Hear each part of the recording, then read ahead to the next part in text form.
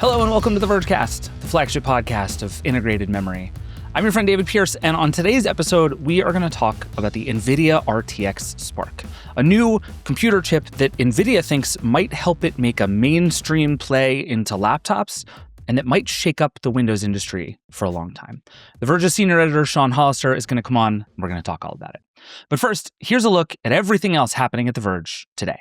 It's 90 Seconds on The Verge for Tuesday, June 2nd, 2026. Today is Microsoft Build Day. It's Microsoft's annual developer keynote, and in addition to lots of new Windows features and lots of new AI developer tools, Microsoft announced a new product called Scout. It's an AI personal assistant agent, kind of like Gemini Spark or OpenClaw, designed to actually use AI to go do things on your behalf. And fun fact about this, it's actually built directly on the OpenClaw technology, which is very funny given that Microsoft CEO Satya Nadella only a few months ago compared OpenClaw to a computer virus. Things change fast, but this idea of doing stuff on your devices is everywhere, and it is absolutely taking over inside of Microsoft. Microsoft also announced a new quantum chip as it continues to push towards quantum computing. It announced a new Surface device, the RTX Spark Dev Box, based on Nvidia's new chip that it hopes will help people make more AI tools, because Microsoft's whole thing is making it easy for you to make AI tools, whether you like it or not. President Trump signed an executive order essentially asking AI companies to give the government 30 days to review AI models before they release them. This is a version of an executive order that's been floating around for a while. At one point, it got shelved. But it's a big change for the Trump administration, which has gone from essentially an anything goes policy to AI to trying to have some more oversight. We'll see how that goes. Finally, some big news for me in particular. Nintendo Music, which until now has just been a mobile app for listening to soundtracks from your favorite Nintendo games, is now a web app and supports CarPlay, which means I will be driving to the Mario Kart soundtrack for the rest of my life. You can read more about all of this at theverge.com. That's it. That's 90 Seconds on The Verge for Tuesday, June 2nd. All right, let's switch gears now and talk about chips. The Verge's Sean Hollister. Welcome to the show. Hi, glad to be back. We bring you here when I need you to explain whether a chip is any good. This is one of your jobs here at The Verge, is this chip any good? Nvidia just launched a new chip, the RTX Spark, that I would say it is making some pretty gigantic, grandiose claims about. But first, let's just back up a little bit. How big a deal is it that Nvidia is launching what amounts to a sort of mainstream computer chip? On the one hand, Nvidia's in everything, right? It's got graphics chips that have been in laptops for years now. It's got pixels flying down from the cloud into your devices, but they haven't been in many devices as the CPU, as the central part of your computer. That's been true if you've got the Nintendo Switch. It's been true if you had like the Shield tablet from years ago. But now it's the thing. It's like the Apple chip. It's the Qualcomm chip at the heart of the PC. It's the Intel. It's the AMD chip at the heart of the PC now. They're finally doing that thing where they are the silicon. And so Nvidia getting into that realm, it means that there are going to be lots more ARM-based laptops in the world that are taking over from x86. In fact, the number of ARM manufacturers now outnumbers the x86 because there's AMD and Intel, but on the other side of things, right, we have Apple and Qualcomm and now Nvidia. So it's kind of ARM's moment. But are these chips any good? You're asking me to come in and say that. They say it's the most efficient PC chip ever built. That is the quote. And right, like Apple in 2020, they have no statistics. They have no graphs. They have no charts. They have nothing to back that up right now.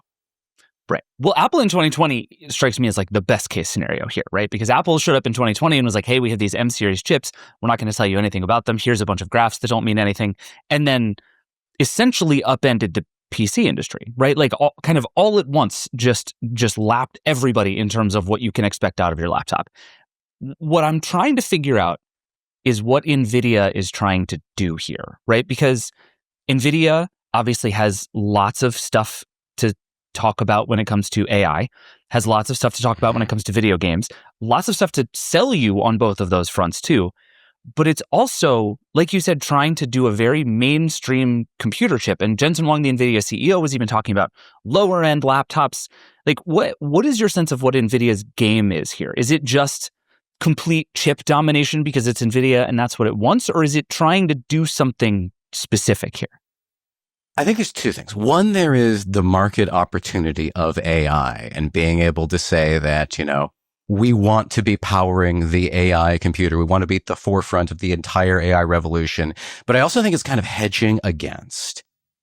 Nvidia knows from very prominent and embarrassing history for other companies that if you are not at the heart of the device, there is always a chance that you miss the next computing revolution. Even though it seems like Nvidia is at the forefront, at the heart of the AI computing revolution right now, they can look back and say, well, Intel wasn't in the phone.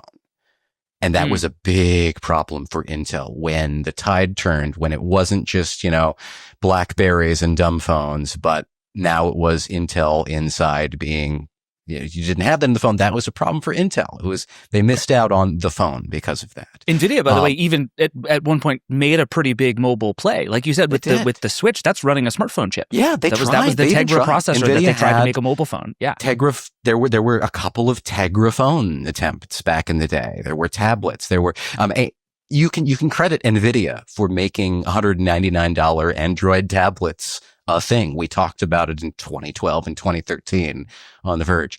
But in terms of you don't want to necessarily miss being at the heart of things. You famously wrote reams about the Amazon Fire Phone and how Amazon wasn't able to be, the platform owner there because they couldn't get the OS that they wanted onto phones. They couldn't get a foothold there. So now they have to rely on, can we, sell hundreds of millions of Alexa devices into your home? Can we get our foothold into people's homes and lives that way instead? So here is Nvidia seeing an opportunity, but also possibly hedging a huge bet in case people decide that local AI is the thing and not cloud AI, and we don't trust the AI clouds with every single thing that we're doing in our personal lives.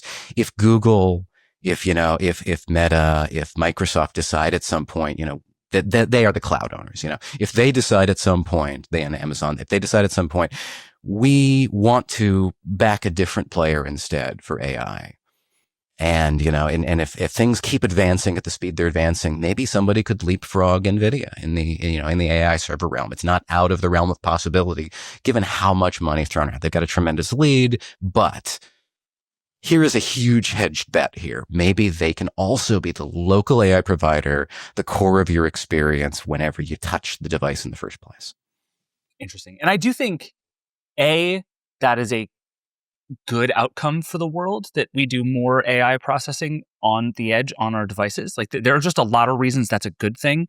And I think a lot of people are hopeful that that's where this lands, that rather than have everything happen in data centers and in the cloud, that actually your device just starts to do things. What I am struggling to figure out, though, is if I'm Nvidia, right, and I have this big giant goal to sort of own the whole AI future, which I think it does. I don't think that is a particularly huge overstatement for what NVIDIA is trying to do right now. At what point does NVIDIA just make Windows? Right?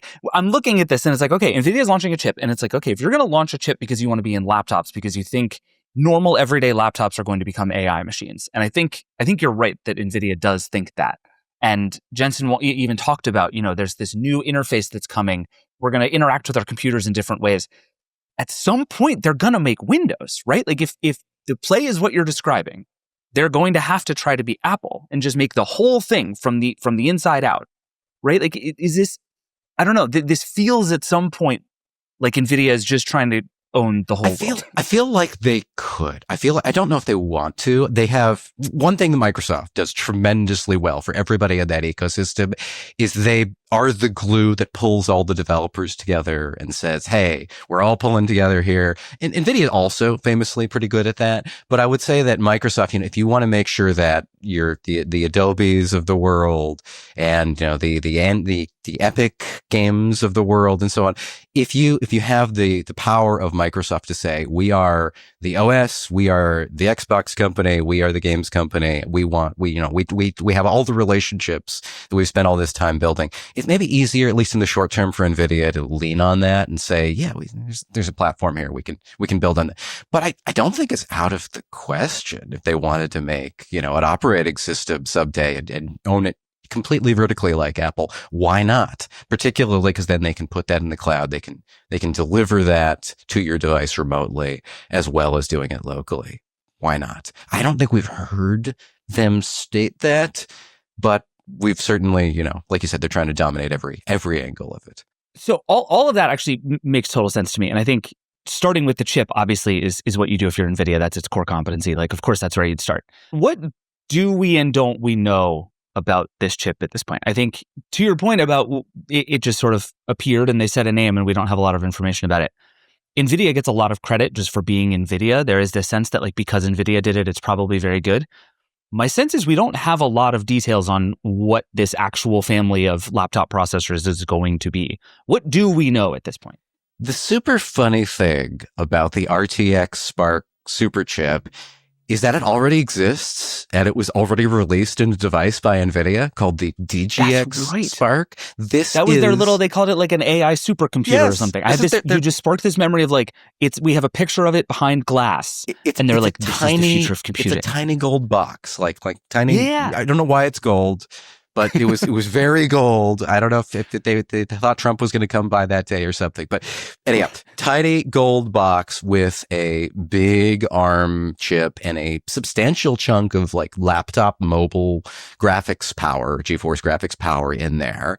And what they did originally was they just released it as a $4,000, $5,000 AI box. And they said, hey, run your local models on it.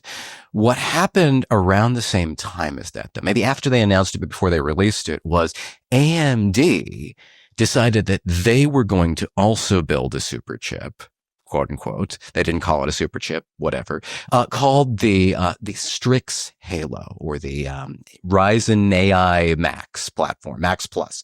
And so this thing, like AMD's chip, has a crapload of memory, 128 gigs of memory on the chip, gobs of memory inside this AMD chip. And they made it an application processor. They put it in little desktops for consumers, like the framework desktop. They put it in handhelds. I tested the most powerful handheld ever made. There's several of them now, but the one I tested was called the GPT Win 5 with Strix Halo. It's 1080p PlayStation 5 level gaming in the palms of your hands. And NVIDIA, I'm guessing maybe they were already planning it, but Windows wasn't ready for it. Maybe they saw what AMD was doing and said, well, we could have that too. We just got to take this chip and turn it around. And so what they've announced today is the RTX Spark. The highest end RTX Spark is literally that same spec. It is 6,000 plus GPU cores. It's 20 CPU cores. It's made on a TSMC 3 process. MediaTek is NVIDIA's partner, so you can't just credit NVIDIA here. This is a MediaTek chip with NVIDIA IP on it, manufactured by TSMC, and they're not saying where, so we have to assume not here in the United States, or they would make a big deal of that. Surprise. 128 gigs of that memory, unified memory, so everything's super fast, and that memory can go to whichever part of the system that needs it at that speed.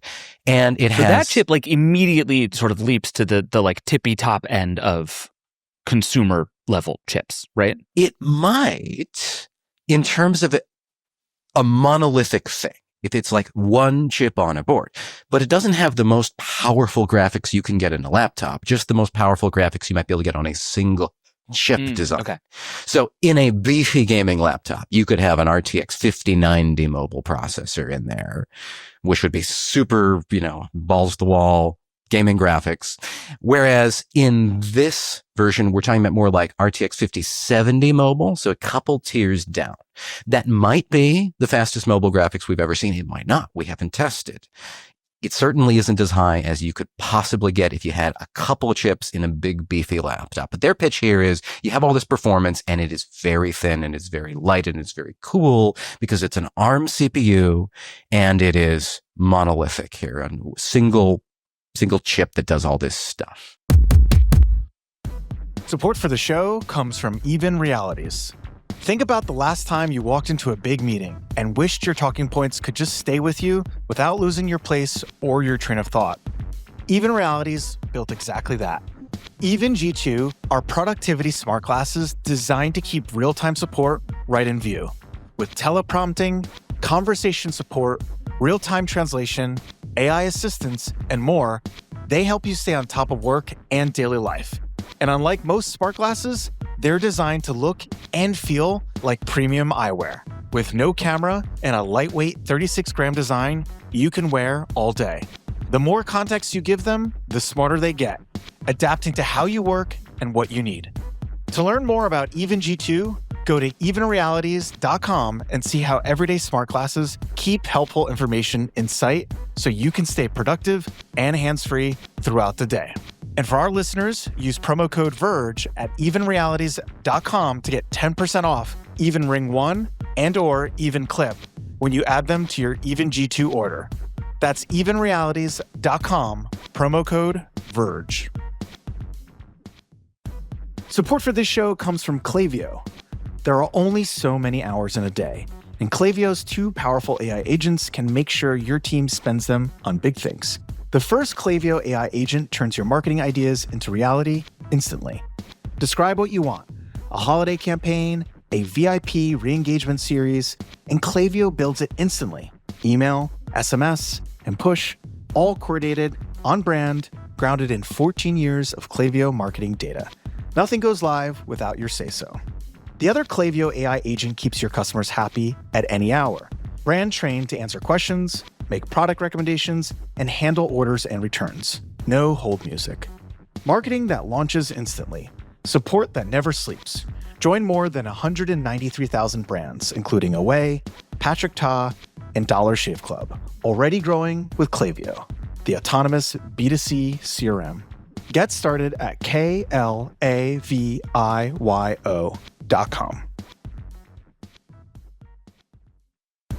Support for this show comes from Shopify. Starting something new isn't just difficult, it can feel intimidating too. You put so much time and energy into something without knowing if it'll actually succeed. But maybe there's a better way to think about it. What if it does work? What if your instincts have been right from the beginning? Shopify wants to help you make that happen. They're the commerce platform powering millions of businesses worldwide and nearly 10% of all US e-commerce. From established brands like Allbirds and Heinz to new businesses just starting out. Their design tools make it easy to build the exact online storefront you've been picturing, with hundreds of customizable templates ready to go. And with built-in marketing tools, you can create full email and social campaigns in just a few clicks, helping you reach customers wherever they are. It's time to turn those what-ifs into with Shopify today. You can sign up for your $1 per month trial today at shopify.com/Vergecast. You can go to shopify.com/Vergecast. That's shopify.com/Vergecast.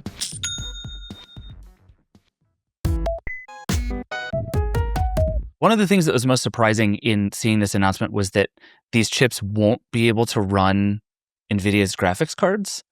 And it's like, hey guys, I don't know if you know this. People really like your graphics cards. That's actually one of the things a lot of people are attempting to buy from you right now. They cost $1 billion and no one can get any. But this is like a core competency of this company. And this is what I keep thinking about is like, if NVIDIA had just come out and said, we are releasing essentially the full hardware stack to make the greatest gaming laptops you've ever seen in your entire life, that would make perfect sense to me, right? But there's just these little pieces of things missing that it's where the strategy starts to fall off for me. What do you make of the fact that you can't attach this thing to something like a discrete GPU, which is what a vast number of NVIDIA fans want to do? I think this is, fortunately or unfortunately, this is increasingly becoming the way of laptops. If you are not very specifically self-selecting as, I am a gamer, I am a video creator, you're going to buy a laptop that kind of has everything encapsulated in one chip that does it all for you, because that's where they find the efficiency. That's where they stop having to worry about making different kinds of chips talk together and use up the right kind of battery and have the cooling allocated the way that they need so that it doesn't get too hot. So you'll still have the big, beefy, thicker machines when you want the discrete. They just won't have this chip in them. They could theoretically make another kind of chip that does that, but we haven't really seen ARM chips attached to discrete graphics cards yet. We didn't see it in the Mac Pro when Apple did its Apple Silicon there. We haven't seen it in Nvidia. But if anybody's going to make that work, it's going to be a company like Nvidia, which has everything to gain by also selling you a discrete GPU. Just not in this rev, I think. That's fair. Yeah, and I guess it does make sense if you're trying to make this sort of mainstream play. Doing the best you can within the one chip is probably the correct answer. Like, I guess we have to give Nvidia a chance to release more than one of these things. I have to laugh that you say mainstream play though, because as with every manufacturer here, they're not talking about price. They're not talking about like how powerful the other chips are. One of the things I think is most interesting here is that Nvidia announced most of the PC industry as its partners. And not only that, they didn't, like every time Qualcomm does one of these, they put up the slide and they're like, we're working with these 11 companies. And you're like, what are they working on? And they're like, we'll never tell. And, but not only did Nvidia launch this with a bunch of big name launch partners, Lenovo and HP and Dell and Asus and kind of all the companies you would want if you're trying to make a real mainstream laptop play. Every major but PC they're announcing maker. Products. They're like shipping devices soon, and they're announcing those devices with specs. Like this is a finished thing. And Microsoft in particular basically announced a new flagship laptop, the Surface Laptop Ultra, that is running the RTX Spark. And so again, this thing feels big. Like you get the sense Nvidia is not sort of shipping a chip in the way that a lot of companies do, where they're like, well, we have the one that runs Intel, and then if you want, we'll lift it out and put another one in, and you can just sort of pick a processor, AMD or Intel, when you buy the, like, we are creating new kinds of devices for this chip, and they seem to have the whole PC industry on board. They really do. That feels huge to me. Yeah, it is big. And they announced 8 laptops, and I think they showed like 4 mini PCs on stage at Computex, but they say there's 30 laptops already in development, 10 mini desktops, and that's just the initial allocation. Those are going to be the ones that probably have the full fat version of this chip doing, your 128 gig of RAM and your 6,000 cores. But it's going to be more than that, it sounds like. And they're talking about this being a whole family of chips. The RAM will maybe not always be stratospheric prices of 128 gigs, but it'll go down to like 16 gig of RAM, like you might find in an average notebook. They say there's a huge market opportunity here. And I don't entirely know where the confidence comes from beyond the fact that they're Nvidia and they can afford to throw so much money added, and every manufacturer kind of has to line up because you better be on good terms with Nvidia right now. Fair, yeah. But it could be a very big deal. It could be they are a big player, maybe bigger than Qualcomm in this space. They could be right up there with Intel and AMD in a year or 3. Who knows? Because they are putting serious effort, and it looks like the partners are also putting serious effort behind this. And this could be regardless of whether you personally, listener, want to buy one of these machines, it could be good for the ecosystem because it's going to force Windows to get better. It's going to force more developers to support ARM. And it seems pretty clear, support ARM faster than they might have otherwise, I should say.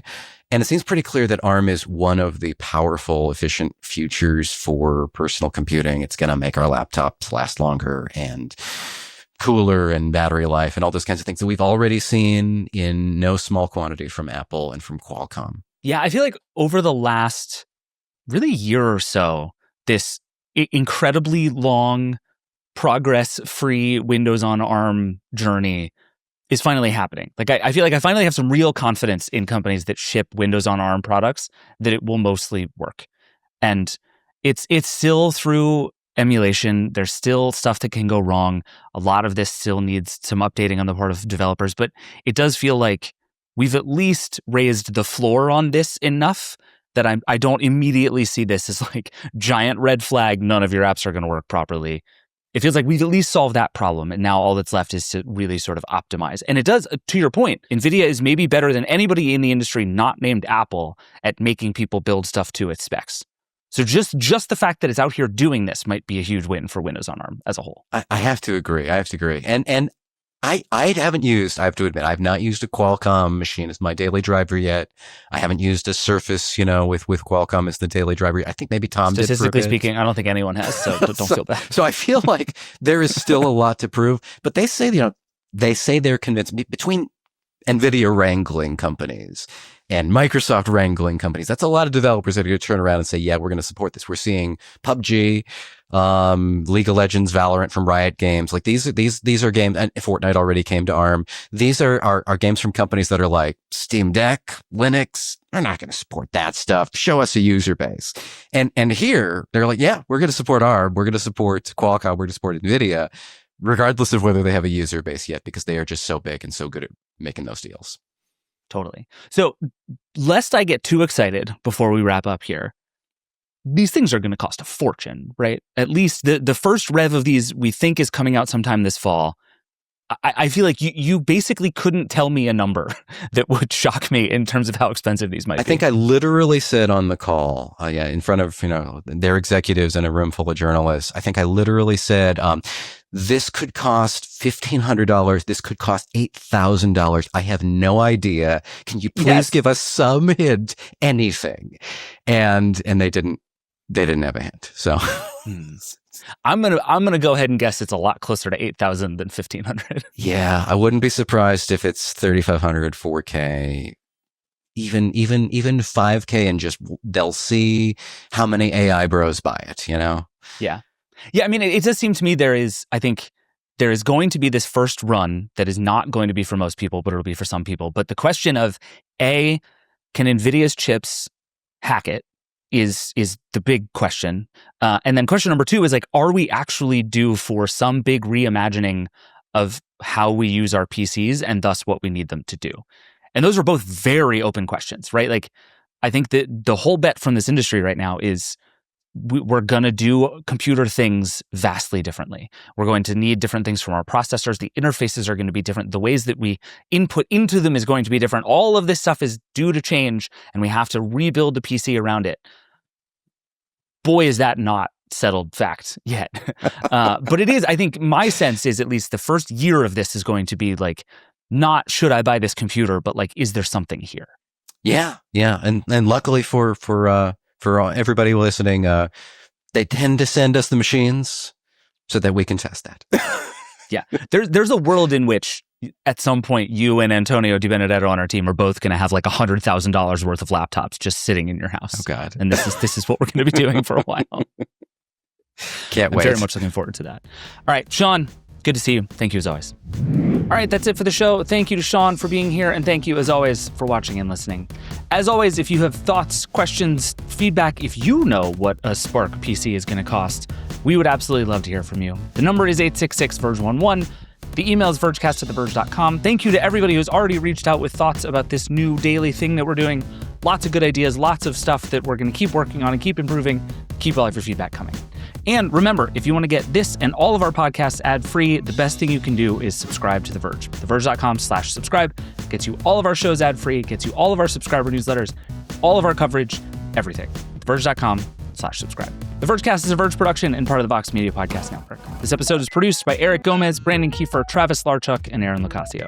We'll see you tomorrow. Rock and roll.